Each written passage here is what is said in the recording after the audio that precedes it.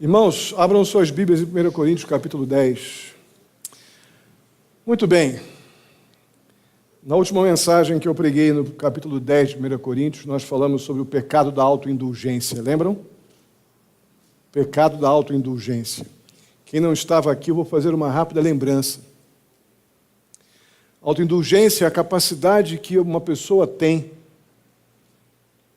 que o ser humano tem, de ter pena de si mesmo. E tendo pena de si mesmo, cria então uma série de situações, como lá na igreja eles são muito assim, são muito assados. Não, a Bíblia faz isso aqui, não precisa fazer assim desse jeito, não precisa ser desse jeito, mesmo que a Bíblia diga. Aí eu fico com tanta pena de mim mesmo que encontro um jeito de me perdoar, de encontrar uma autojustificativa ou autojustificação.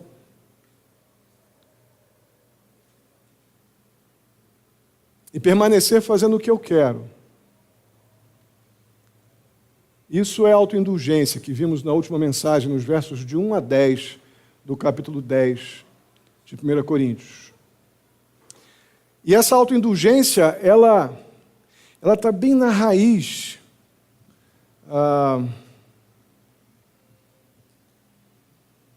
de todos os problemas, ou pelo menos da maioria dos problemas que nós vemos na igreja de Corinto, está ali. E vimos que o apóstolo Paulo ele propõe uma solução para a autoindulgência, para você parar de se autojustificar e de ficar com pena de si mesmo. Ele propõe a autodisciplina. E dá o exemplo dos atletas que corriam ali nos Jogos Pré-Olímpicos em Corinto. Eles precisavam se esforçar, se empenhar, serem disciplinados para poder participar dos Jogos, com o objetivo de chegar ao final, espiritualmente falando. O apóstolo Paulo faz essa figura de linguagem, essa ilustração para dizer que alcançaram a coroa. Paulo não está falando sobre salvação, ele não, conquistar salvação, não. Ele está falando sobre disciplina constante, permanente. Ele chega a dizer que ele se esmurra, ele dá murros no ar, ele não luta à toa. Ele não está nessa luta por uma vida santificada, para uma vida que confronta os seus próprios pecados, à toa não. Ele não está esmurrando o ar à toa. Pelo contrário, ele diz no verso, agora no finalzinho do capítulo 9, eu esmurro meu próprio corpo e faço dele o meu escravo. Eu pego as minhas vontades e meus desejos carnais que podem atrapalhar a minha missão, que é pregar o Evangelho, testemunhar de Cristo e não ficar fazendo negociações com as verdades bíblicas. Eu esmurro meu próprio corpo para que eu possa cumprir a minha missão e chegar até o fim daquilo que me foi proposto. Aí no comecinho do capítulo 10, então, ele se volta para o tempo dos israelitas no deserto, para mostrar que essa tal de autoindulgência, sem dúvida alguma, foi a causa do fracasso daquela nação no processo de deslocamento do Egito até a nova Canaã. Somente Josué e Calebe, de toda uma geração, entraram na terra prometida porque tinham tanta pena de si mesmos que cederam muitas vezes para a idolatria dos povos pagãos, negaram as verdades que já haviam confessado, negaram a providência de Deus sobre os dias deles em todo o tempo, foram idólatras, foram imorais, e Deus os puniu seriamente. E esses mesmos fracassos que impediram, então, essa primeira geração de israelitas de chegar na terra prometida, tem muita semelhança com esses crentes de Corinto. E tem muita semelhança conosco, a igreja de hoje, muita, assustadora semelhança. Vamos ler, então, hoje, 1 Coríntios, capítulo 10, dos versos 11 ao 14. Acompanhem suas Bíblias e depois nós vamos orar.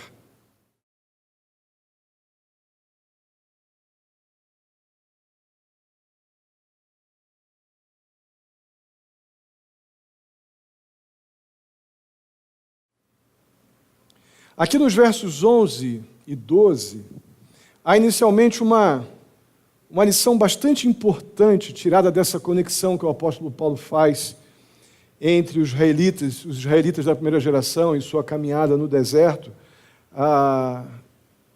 como nós vimos aqui nos versos 1 a 10, ele faz uma conexão nos versos 11 e 12 com essa jornada dos israelitas no deserto e o fracasso deles também, como vemos nos versos 1 a 10, ouvimos, essas falhas morais que os antigos israelitas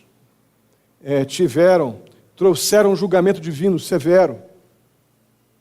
Da geração lá do Egito, como disse há pouco, só Josué e Calebe entraram na terra prometida, todo o resto ficou, como o texto do verso 5 do capítulo 10 nos diz, eles ficaram com seus corpos espalhados no deserto. Isso não é simples, isso é fruto ou consequência de um sério desprazer de Deus. Mas em nosso texto, curiosamente, nós não vemos nenhuma citação dos sobreviventes. Não diz no texto que os sobreviventes morreram de velhice, aqueles que caminhavam no deserto. O texto não dá nenhuma ênfase a isso. O foco está realmente naqueles que morreram. No verso 5 diz que eles foram idólatras. No verso 8 diz que eles praticaram imoralidade e morreram. No verso 9 diz que eles colocaram o Senhor à prova e morreram. No verso 10 diz que eles murmuraram e morreram. A ênfase está nisso. E é com esse pano de fundo que surge o verso 11, que agora vai poder ser melhor entendido quando nós lemos que essas coisas aconteceram a eles como exemplos e foram escritas como advertências ou advertência para nós sobre quem tem chegado o fim dos tempos. Irmãos, a disciplina do Senhor sempre tem o propósito de educar. A disciplina do Senhor sempre visa ensinar, tanto para aquelas gerações daqueles dias, como as que estavam por vir. Eles precisavam aprender a temer ao Senhor e não pecar contra Deus. Eles precisavam aprender. Como nós precisamos. Esse testemunho, esses exemplos do que não deu certo, são para nós também. Mas o texto final, a declaração final do verso 11, ela precisa nos chamar a atenção. O texto diz que essa disciplina do Senhor, que foi imposta àquelas pessoas, e tudo o que aconteceu naquele contexto e acontecia na vida dos coríntios, toda a disciplina do Senhor, todo aquele processo de Deus, não se fazer de descuidado ou de que não estou vendo, não. Tudo aquilo é para aqueles sobre quem tem chegado o fim dos tempos. Irmãos, nós somos aqueles sobre quem o fim dos tempos chegaram. Não somente aquelas pessoas dos dias da igreja em Corinto no primeiro século. Não somente aqueles dos dias da caminhada no deserto, que tinham tudo para serem homens e mulheres extremamente piedosos, pois viam a ação diária de Deus, provendo, suprindo, dirigindo, mas eles queriam mais. Eles, por causa da pena de si mesmos, deixaram de ser disciplinados, deixaram de temer ao Senhor e começaram a se auto-justificar. Mesma coisa. Esqueceram, deixaram de ligar para o juízo do Senhor, como o povo do Novo Testamento, ali no primeiro século, na igreja de Corinto. Também perderam a percepção de que o fim dos tempos tem chegado, como nós, muitas vezes, também. Perdemos completamente a percepção disso. E o motivo é que, tanto eles como nós, ou, na verdade, isso é uma pergunta, como eles eram o povo do fim dos tempos, e nós, aí, com mais de 2000 anos de distância deste episódio para agora, como nós podemos ser esse povo dos fins dos tempos, separados por um período de tempo tão grande? Existem muitas afirmações bíblicas para justificar esta afirmação, muitas, muito completas. Mas eu vou usar talvez uma das mais simples, que nós vemos lá em 2 Pedro, capítulo 3, verso 8, que diz, vamos ler, para o Senhor um dia é como e 1000 anos. Então, se nós temos 2000 anos aí de intervalo entre este momento aqui e o agora, estamos com 2 dias que isso aqui foi dito. Então, não tem problema algum, nós somos cidadãos que estão, sem dúvida, nesse tempo do fim, na perspectiva daquele que vai impor o seu juízo, que é o próprio Deus. Muitas advertências bíblicas, principalmente nas cartas de Paulo, sobre essa brevidade do tempo. E é exatamente nesse tempo, ou nesse contexto, que muitos de nós tropeçamos. A gente muito facilmente, irmãos, a gente perde de vista este fim do tempo, essa brevidade do tempo. A questão é que o fato de que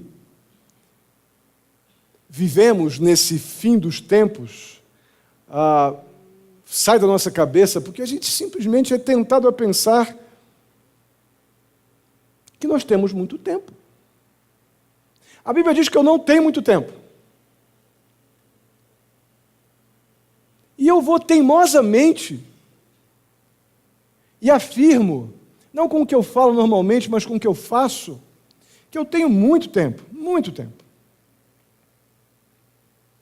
Isso justifica o nosso desleixo, nossa negligência com as coisas de Deus, nosso descompromisso com o princípio que deveria normatizar a nossa vida cristã, que está em Mateus 6,33, buscai, pois, o reino de Deus e a sua justiça em primeiro lugar, e todas as demais importantes coisas, elas virão, mas no seu tempo. A gente muito facilmente ignora os fins dos tempos, acreditando que outras coisas que vos serão acrescentadas são mais importantes que o reino e a sua justiça. Porque a gente negligencia o fim dos tempos. Não acreditamos no que a Bíblia diz. Achamos, como muitos pensam, que é um mero fatalismo igrejeiro de pessoas fundamentalistas. E então eu me convenço disso para favorecer a minha necessidade de satisfazer as minhas paixões e simplesmente nego as Escrituras e vou ser o crente que eu quiser, do jeito que eu quiser, independente dos padrões que Deus tem estabelecido para esta convivência com Ele. A advertência a que Paulo se referiu no verso 11, ela tem uma explicação. E essa explicação, pelo menos, ainda que no momento todo da nossa vida tenhamos justificado uma vida negligente com esse pensamento de que é um mero fatalismo fundamentalista pensar que Jesus volta hoje, e então levo minha vida cristã do jeito que eu acho que é bom e não com os padrões que Deus estabeleceu para mim. Mas quando lidamos com o versículo 12, que justifica o versículo 11, eu creio que todos nós já vivemos um pouco desse versículo. O verso 12 diz assim: aquele que julga ou pensa estar firme ou estar de pé, o que diz no final? Quantos de nós, já crentes, que cremos no Senhor Jesus, já não tivemos o desprazer de fracassar miseravelmente, mesmo conhecedores da graça divina, confessando que cremos em Jesus Cristo, como salvos portadores do Espírito Santo que em nós habita, como provisão de Deus para vencermos o pecado e termos uma vida santificada. Nós sabemos o quanto ceder ao pecado gera fracasso, gera queda. Aquele que pensa estar em pé, preste atenção, cuide para que não caia. Uma pergunta que precisa ser respondida, que esse texto sugere, é quem é esse aquele? Quem é o aquele? que pensa que está de pé?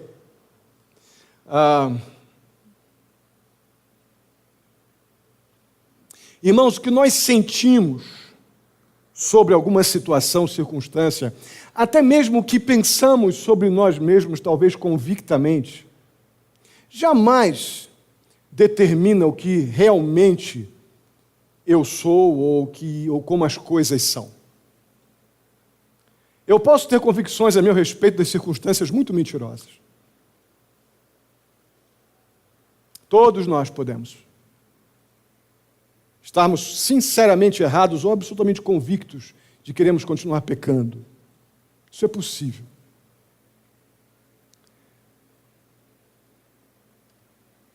Por isso que aquele que pensa estar de pé, geralmente é aquele que se considera forte. Geralmente é aquele que está achando que já passou por tudo na vida cristã e agora eu sou craque. Eu já vivi de tudo, já vi de tudo. E agora eu estou calejado. Vocês conhecem alguém assim? Já ouviu cair? Ou já a viu cair?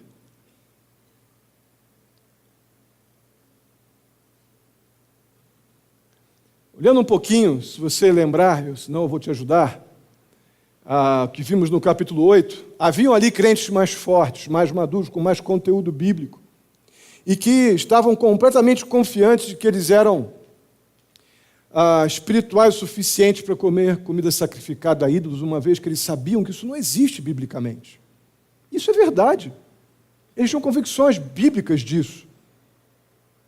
E não há pecado nesse ponto. O problema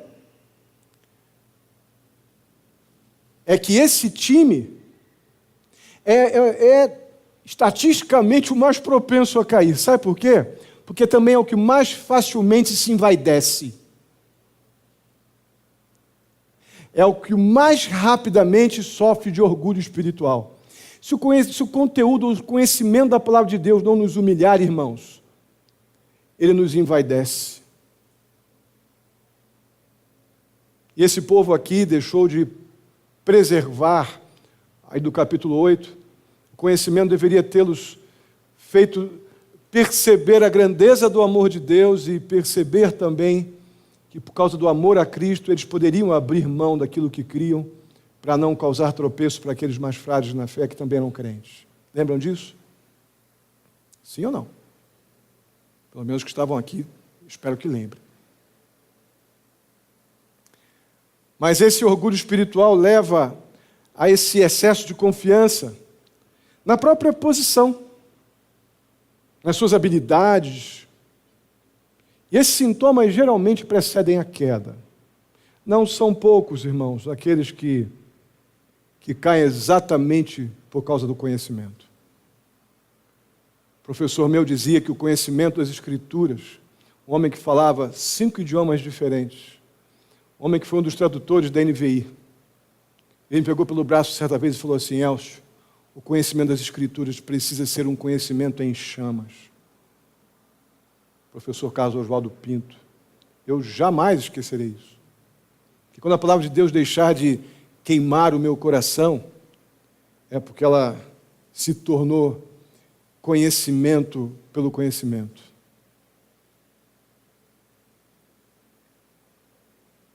O fato é que essa vaidade espiritual, ela normalmente faz a pessoa descuidar das disciplinas espirituais. Começa a achar que pode ser crente só vindo, por exemplo, nos cultos de domingo à noite. Tem pecado nisso? Não, não tem pecado você vir nos cultos de domingo à noite. Só é muito pouco. A gente passa a semana inteirinha afligido por todo tipo de situações externas, fora as internas, que nos provocam a ceder para o pecado e negar com que fazemos coisas que cremos. A pressão é violenta. E a gente pode acreditar, chegamos a acreditar, crentes queridos, que ir à igreja de noite ou um dia da semana é suficiente para que eu esteja capacitado espiritualmente para lidar com o meu pecado e com as circunstâncias que me envolvem. Que leitura bíblica devocional e oração é mania lá da igreja. E que não preciso disso. Eu posso fazer isso de vez em quando. Que eu não preciso de comprometimentos com a vida da igreja, com a vida de serviço e obediência. Não são poucos os que acreditam que podem viver assim e ser saudáveis. Então, tanto a vaidade espiritual quanto a total fragilidade espiritual geram potencialmente a queda.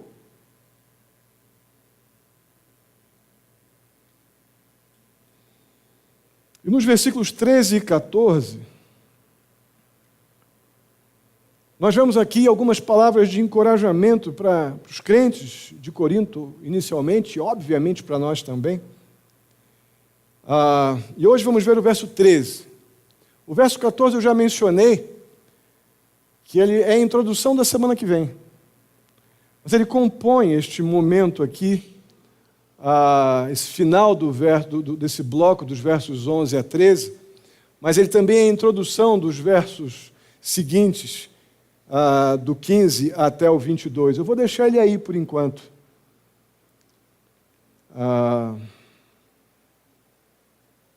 Mas aqui no verso 13 vemos algumas coisas muito importantes e consoladoras. Diz assim: não sobreveio a vocês tentação que não fosse comum aos homens. E Deus é fiel. Ele não permitirá que vocês sejam tentados além do que podem suportar. Mas quando forem tentados, Ele mesmo lhes providenciará um escape para que o possam suportar. E aí o verso 14: por isso, meus amados irmãos, fujam da idolatria, e falaremos melhor sobre isso semana que vem. Então esse encorajamento se baseia em duas proposições ou duas propostas muito bem definidas nesse texto. A primeira delas é que toda tentação, ela não é para os alienígenas como se existissem.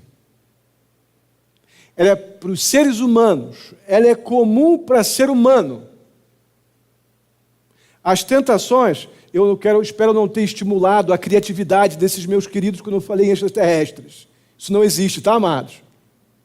Olhei para você mesmo, miserável, pecador.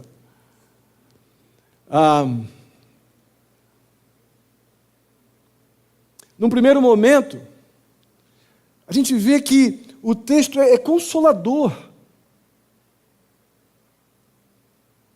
Quando nos informa que toda e qualquer tentação, ela é possível, ela é comum para os seres humanos. Ela não é coisa que vai acontecer somente no âmbito do sobrenatural. Não, ela vai acontecer no natural. E a segunda verdade importante, encorajamento importante que a gente encontra aqui, é que o nosso Deus, Ele é absolutamente fiel para nos capacitar em nossas tentações. E antes de continuar, eu preciso abrir um parênteses. É muito importante a gente lembrar que tentação não vem de Deus, amados. A tentação vem da nossa própria carne, que inclina para o pecado, e a tentação pode vir também de Satanás. Se você quiser anotar, Tiago capítulo 1, versos 12 e 14, Mateus 4, versos 1 a 11, 1 Coríntios 7, 5 e versículos. O nosso Deus, Ele nos prova. E o objetivo das provas, Deus não precisa me provar para saber o que eu sou, o que eu posso, o que eu não posso. Deus sabe tudo a meu respeito, mas eu não sei. Então, as provas que Deus permite para as nossas vidas têm um primeiro propósito de nos fazer perceber que nós não somos isso tudo, que pensamos que somos. E, num segundo momento, as provas elas têm como objetivo promover na nossa vida, potencializar uma fé prática. Porque nas provas nós oramos mais, nós lemos mais a Bíblia, nós clamamos mais, nós pedimos conselhos, nós somos mais crentes. A prova ela tem uma capacidade muito especial de não somente nos levar à fé, mas uma fé obediente. Já a tentação ela tem o objetivo de nos fazer duvidar de Deus. O propósito bem objetivo da tentação é que nós questionemos os mandamentos do Senhor, que nós tenhamos uma decisão bem objetiva de desobedecer aquilo que nós já confessamos crer. Mas um detalhe importante é que tanto o sofrimento, as crises da vida, as adversidades, os problemas, tanto um quanto o outro, são o contexto tanto da provação, que leva ao crescimento, quanto da tentação, que me leva a pecar. Então nós vemos que Deus permite que sejamos tentados, muitas vezes para a gente acordar, não achar que eu posso ter uma amizade colorida com o mundo e com o pecado e sair ileso, como também nos prova, em meio às crises da vida, os sofrimentos, as lutas que a gente passa, para que possamos ter uma fé operante, comprometimento com o Senhor e com aquilo que confessamos crer. Eu quero fechar parênteses, para a gente poder entrar, então, pensar um pouco mais nisso que o texto diz que as tentações são comuns ao ser humano. Só essa afirmação já é encorajadora. Porque se ser tentado é comum ao ser vivente, ao ser humano, a vida de uma pessoa, como crentes em Jesus Cristo, habitados pelo Espírito Santo de Deus, capacitado por uma vida de temor ao Senhor e comprometimento com as Escrituras, nós podemos vencer as tentações. Amém? Podemos sim. O próprio Senhor Jesus Cristo, sabemos que Ele foi tentado em sua humanidade, vemos isso lá em Mateus 4, Ele foi tentado nada mais nada menos pelo próprio Satanás no deserto, lembramos disso, né? Foi tentado em sua humanidade. Isso quer dizer para a gente que ser tentado não é pecado. O pecado ocorre quando a gente permite que nossos desejos carnais sejam satisfeitos pela nossa decisão de desobedecer aquilo que cremos. É aí que o pecado se consuma. Em Tiago nós vemos que o pecado ele precisa de um processo de gestação para nascer. Uma ilustração que eu sempre usei para falar sobre isso é o do João de Barro. Quantos de vocês já ouviram isso? João de Barro, a casinha, o kitnet do João de Barro, ele não começa com uma casinha de 2 dormitórios, sala e varanda. Porque é assim, a casinha do João de Barro é chique. Começa com um galinho, que ele leva no bico para aquele poste, para aquele lugar alto, e ali, às vezes, nem no alto, né? Às vezes no chão mesmo, mas uma área que ele vai construindo, aí já não é mais kitnet, né? Já faz uns verdadeiros lofts.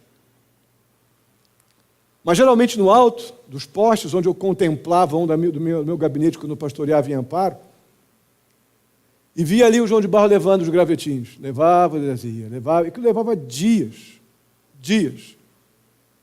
Até que fazia aquela casinha varandada, sala, quarto, cozinha e banheiro, que era uma belezinha. Mas se um vento forte, ou alguém chegasse e fizesse assim, não vai fazer ninho na minha cabeça, não vai fazer casa na minha cabeça, não. O que aconteceria com a casa do João de Barro? Não ia existir. Irmãos, o pecado ele é assim. Satanás, com as suas tentações, vai trazendo os seus galinhos. Enquanto a tentação está acontecendo, não obrigatoriamente eu pequei. Mas se eu não fizer isso aqui, sai, não vai fazer na minha cabeça isso não. Se eu não deixar, o pecado no tempo certinho dele, ele nasce, como diz Tiago. Eu tenho que espantar, não vai ficar aqui não. É exatamente isso que eu quero dizer, que com ser tentado não é pecado. Mas quando a gente permite que o pecado ele crie uma estrutura completa no meu coração, na minha cabeça, e não espanto esse negócio da minha vida logo, Ele vai fazer uma morada bem confortável ali no seu coração. Mas uma outra verdade a esse respeito é que Satanás, ele não domina o crente e o força a pecar, de jeito nenhum. Ninguém aqui é forçado a pecar, nenhum de nós. O crente, de forma alguma. Nem o ímpio. O ímpio também não é forçado a pecar, de forma alguma. Ele tenta. Ele tenta porque o papel dele é tentar. Com qual objetivo? Nos persuadir a pecar. Isso ele faz. Mas a decisão de pecar é minha. A decisão de pecar é sua. Satanás faz o trabalho dele com muita habilidade, muita capacidade. O diabo é um monte de coisa, irmãos. A Bíblia fala um monte de coisa sobre Satanás. Mentiroso, enganador, ladrão, mas nenhuma vez fala que ele é burro.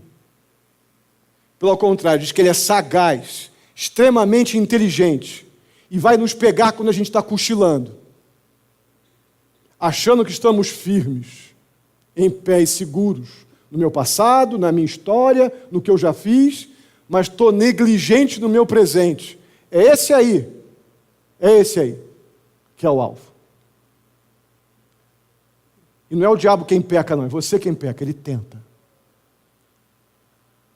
E faz isso muito bem. Mas é muito encorajador saber que os problemas, as provas, as tentações que a gente enfrenta no nosso dia a dia como crentes são verdadeiramente problemas humanos. Coisas desta vida. Que o nosso Deus nos capacita a lidar com cada uma delas. Isso nos leva para a última parte do verso 13, que diz: mas quando forem tentados, Ele mesmo lhes providenciará um escape para que possam suportar. Que coisa espetacular. É interessante quando a gente quer pecar, a gente endiabraliza a coisa. Botamos um monte de eu não consigo, porque eu quero fazer aquele negócio, que eu sei que é pecado, mas está bom. Principalmente enquanto não ficar público.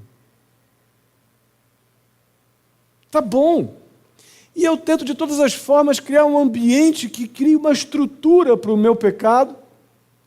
E, se possível, eu vou tentar justificá-lo até mesmo com a Bíblia.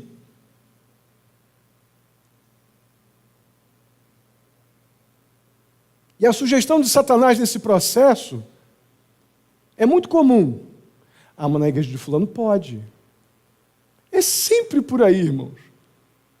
Ah, mas na igreja do outro pessoal lá pode, está todo mundo bem lá, olha como está cheio.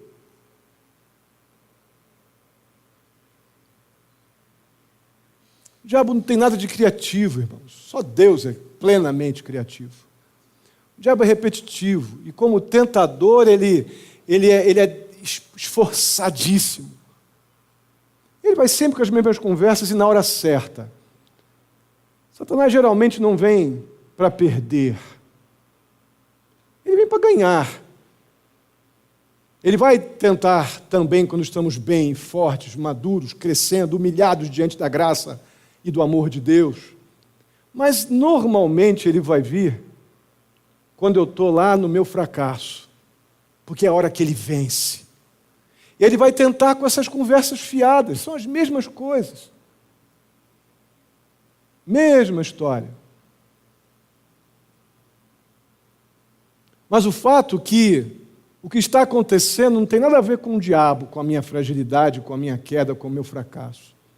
Sou eu. Porque não tem tentação que eu venha sofrer que não seja comum a ser humano, a pessoas. Repito, não é o diabo que peca, sou eu. E para isso nós temos que lembrar do que está aqui, dito pelo apóstolo Paulo. Deus é fiel. Ele não permitirá que vocês sejam tentados além do que vocês podem suportar. Ou seja, não haverá prova ou tentação onde a única alternativa seja pecar. Não haverá.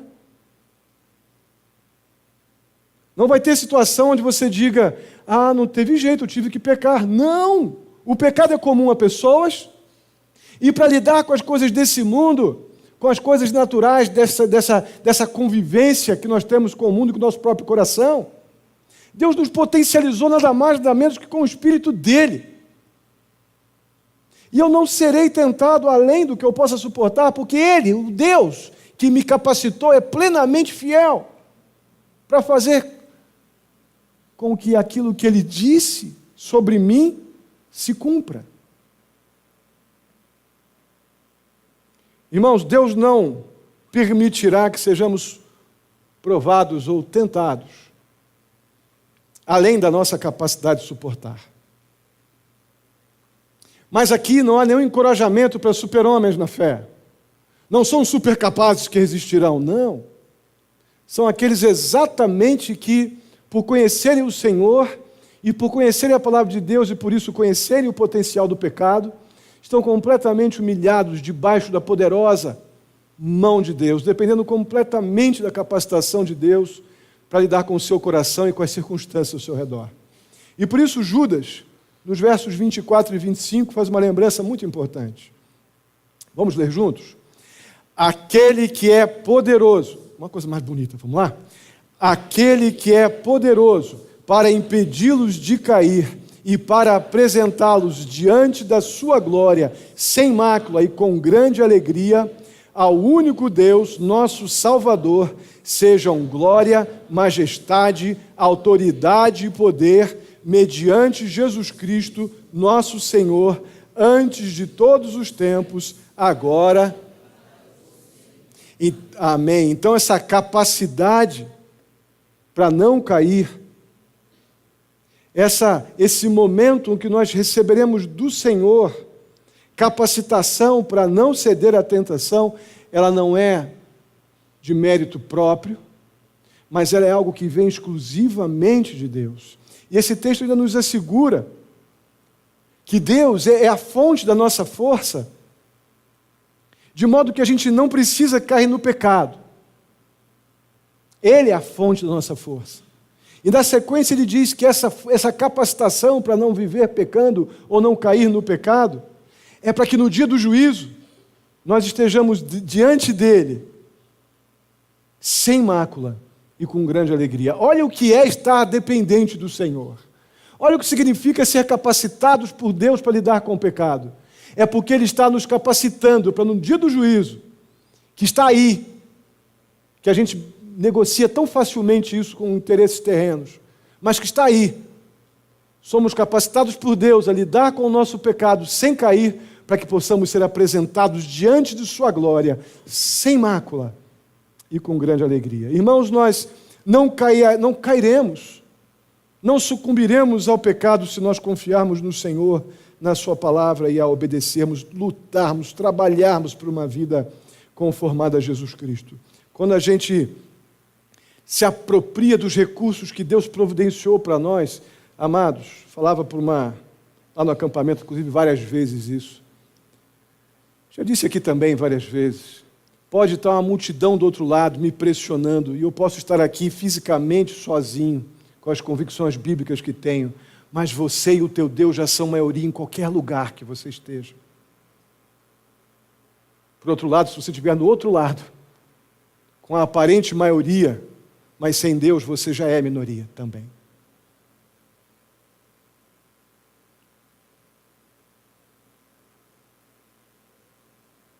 Isso quer dizer na prática uma coisa muito importante. Toda a tentação que vem à nossa vida, ela vem com o seu escape. Isso é consolador. Toda a tentação que surge, ela vem com a sua saída própria. Isso, obviamente, não é um incentivo para a gente viver descuidado. Muito pelo contrário. É um tremendo incentivo que vem da parte de Deus para lidarmos com aquelas duras provações e tentações que a gente encara na vida, que a gente, no primeiro momento, diz assim, isso é impossível, não vai dar. Aí a gente lembra, não tem tentação que não seja comum a ser humano. Eu recebi do Senhor tudo o que eu preciso para lidar com cada uma delas, porque junto com os desafios que a vida me impõe, que estão debaixo de um controle soberano de Deus, tanto provações como tentações, todas elas, tudo, vem com a sua própria saída, vem com o seu escape. Então não tem aquele momento que eu chego, não deu, eu tive que pecar. Joga isso fora. Recebemos do Senhor tudo o que precisamos para aquilo que dizemos que é impossível de lidar. Agora, Deus não nos prometeu, em nenhum lugar na Bíblia, que estaríamos livres de problemas, de forma alguma. Esse, seguramente, é o motivo para esse texto acabar dizendo para que você possa suportá-lo. Recebi capacitação do Senhor, o escape que vem da parte de Deus, exatamente para que eu possa suportá-lo. Então, se é algo que eu tenho que suportar, que vai ser desafiador, então já está implícito que eu estou lidando com problemas. Eu não estou lidando com um passeio no parque. Concorda comigo? Então, está predito no texto que o Senhor não nos prometeu livramento dos problemas, mas capacitação para lidar com cada um deles, sem pecar. Então, repito, Deus não está prometendo livramento de problema, mas Ele está nos capacitando a lidar com o nosso desejo de pecar enquanto lidamos com os problemas. Você crê nisso? Então, esse escape que Deus nos promete, ele não deve, de forma alguma, ser pensado em termos de uma intervenção sobrenatural da parte de Deus, algo que é um raio, é um anjo aparecendo e tal. Isso pode acontecer? Claro, Deus pode todas as coisas. E existem circunstâncias que vamos estar completamente dependentes de uma intervenção sobrenatural de Deus. Mas essas circunstâncias, elas são bem pequenas em relação ao número de situações onde nós estamos lidando todo dia e temos que tratá-las dentro da nossa humanidade. O escape, na maioria das vezes, é muito mais natural do que sobrenatural. Nós temos uma tendência muito ruim de fazer oração do tipo, Senhor, perdoa os meus pecados, tá? Em nome de Jesus, amém. Muito legal você fazer isso. Mas você não sabe nem do que você pediu perdão. Você não sabe nem que pecado você está confessando.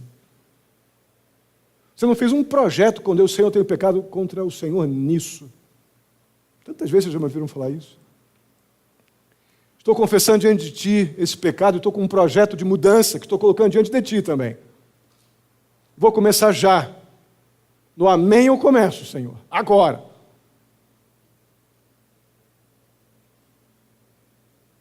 E é muito estranho a gente ter essa mentalidade de quando Deus diz que vai nos dar um escape, é algo que eu não tenho responsabilidade. Não, não é assim, de forma alguma. E digo mais, esse escape do Senhor, geralmente, em muitos casos, ele chega antes, ele chega cedo, ele não se atrasa. O que eu quero dizer com isso? Esse escape, na maioria das vezes, deve ser uma atitude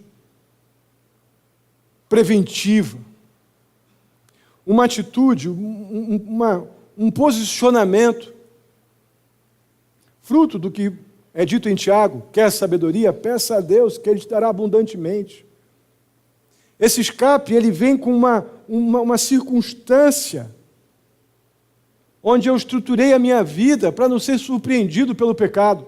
Como crentes, nós deveríamos fazer isso. Recebemos o Espírito Santo de Deus, temos as Escrituras, nossa mente é iluminada pelo Espírito de Deus para compreendermos a sua vontade. Por que tudo que a gente faz na vida cristã tem que ser na base do susto? Tem que ser na base de um atropelamento, de perder um emprego, de perder um parente, de ir para o hospital? Por que a vida cristã tem tudo que ser a base de reação e não de atitudes pensadas? De uma estrutura de disciplina pessoal que vai me levar a uma vida cristã santa, que vai me capacitar para os problemões que vem, que a gente procurando ou não.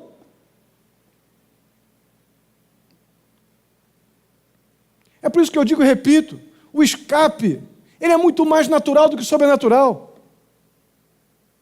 Por isso que os problemas que lidamos na vida são comuns. para ser humano igual a mim e você.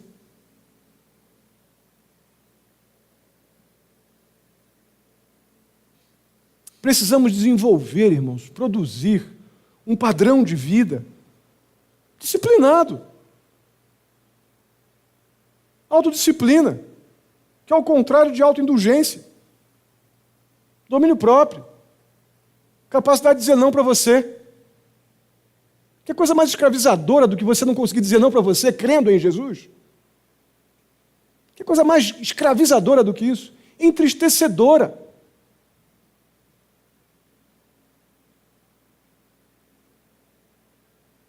Precisamos desenvolver um padrão de vida cristã comprometido com as verdades bíblicas, que somos capacitados por Deus a compreender e obedecer. Mas precisamos ter uma postura de disciplina espiritual que nos prepara para tanta coisa que a gente encara aí. Esse é o melhor escape que existe. Vida santificada, disciplinada, comprometida com Deus. Queremos a coroa, mas não queremos de forma alguma a cruz. Todo mundo quer ir para o céu, mas não quer vencer o pecado aqui na terra. O Senhor Jesus combateu isso fortemente, na verdade ele foi um exemplo claro de que a cruz veio antes da coroa. É por isso que nós precisamos tomar a nossa cruz e segui-lo. Que os desafios para uma vida santificada vão nos impor um monte de desafios, de desafios pessoais. Escolhas, decisões. Agora, escolha não pecar. Escolher pecar é agredir a santidade de Deus e tratar Deus como se Ele não existisse. E não adianta botar a culpa no diabo, não, porque isso aqui, as tentações são comuns a ser humano. O diabo só faz o cirquinho dele, eu entro no circo dele se eu quiser. Está lá, já disse isso muitas vezes também, né? O circo do diabo tem no mundo. Uma lona bonita, luzes. Você do lado de fora ouve lá o Globo da Morte, a moto passando. Você do lado de fora você fica ouvindo. Mas sabe que o circo do diabo está aí. E sabe que é do diabo. Agora eu vou enfiar a cara lá para dar uma paqueradinha no Globo da Morte, tanta coisa, né? O cara apresentando o circo, né? Prezados, né? Convidados. Aí eu ouço aquilo, vai começar o meu coração. E agora? E agora diga não. Tem uma vida com Deus diária, de comprometimento com as Escrituras, de oração e com a dinâmica da igreja, que você vai estar crescendo e amadurecendo para dizer não para o circo. E não enfiar a cara lá, porque depois que enfia a cara lá é muito difícil não entrar. É possível, mas é muito difícil. Agora só vai enfiar a cara lá se quiser. Porque não há uma tentação que não seja comum a homens. Antes o nosso Deus, soberanamente, nos providencia o escape. Amém? Vamos ficar de pé, vamos orar.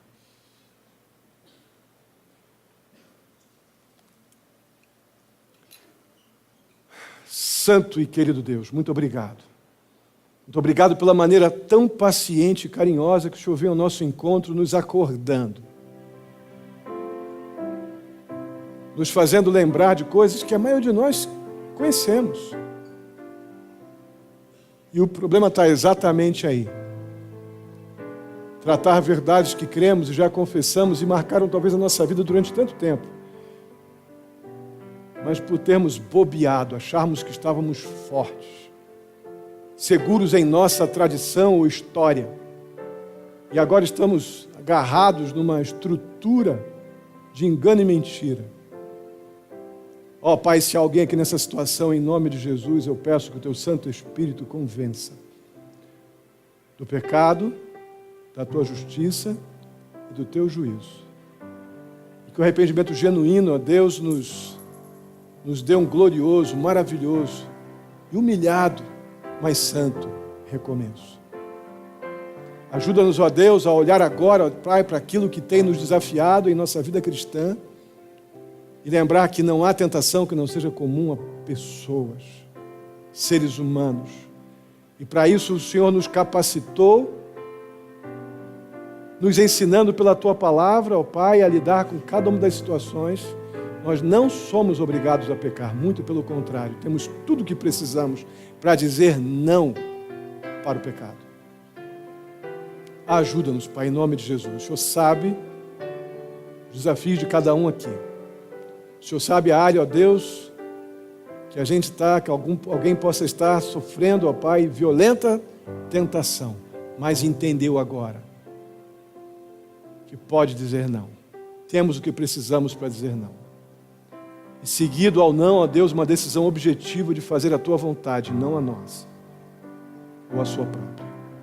Muito obrigado, porque isso só é possível, porque Cristo foi à cruz e morreu por pecadores. E nós somos esses pecadores que, pela Sua graça, foram atingidos por tão grande bondade, tão grande amor, tão grande misericórdia. Vai ao de encontro de cada um, ó Pai. Afeta, ó Deus,